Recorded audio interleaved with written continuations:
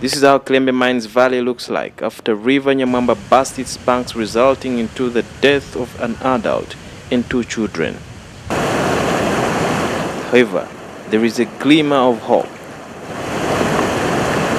3 days later, the water has subsided after the floods left behind a trail of destruction and despair. Debris from houses is what was left in the path of these ravaging floods. In this valley, rocks and stones from the mountains, which were carried by the gushing water, are visible. The mixed structures of Blembia Primary School classroom collapsed during the flooding.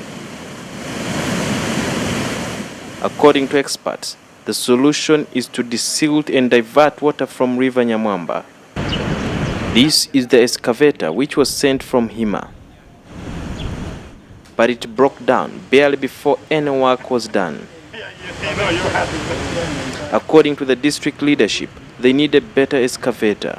The bigger one, what they call a D10, I think a bulldozer, a real bulldozer. This is just an excavator. Just like other disaster-prone districts like Bududa, Kasese lacks an equipped disaster response center.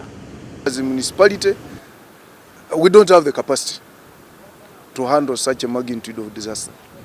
And we don't have the equipment. And we don't have even the budget to hire such a type of equipment. In the 1950s, Canadians constructed a barrier at Chansuki, which is about 2 kilometers from Kilembe Mines, to control flooding.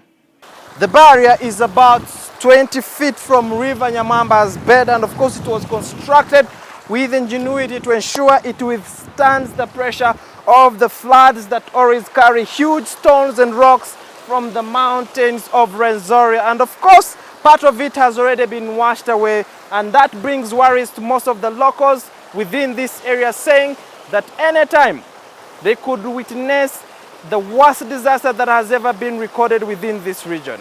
Once it goes, you will find no Kilembe. As the government works against time to protect the barrier, there are still some locals who have not relocated to safer zones.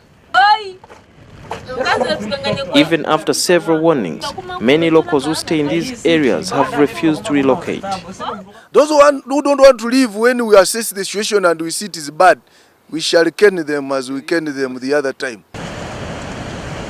Weather experts say more rains are expected, which could leave communities in the area in harm's way.